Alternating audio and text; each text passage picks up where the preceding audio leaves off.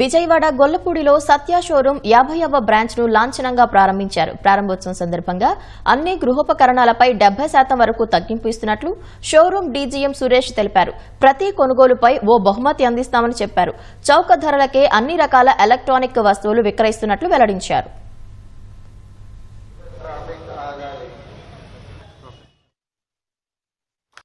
ఆంధ్రప్రదేశ్లో 50వ showroom open చేసుకున్నాము. విజయవాడలో ఇది మాకు 5వ షోరూమ్.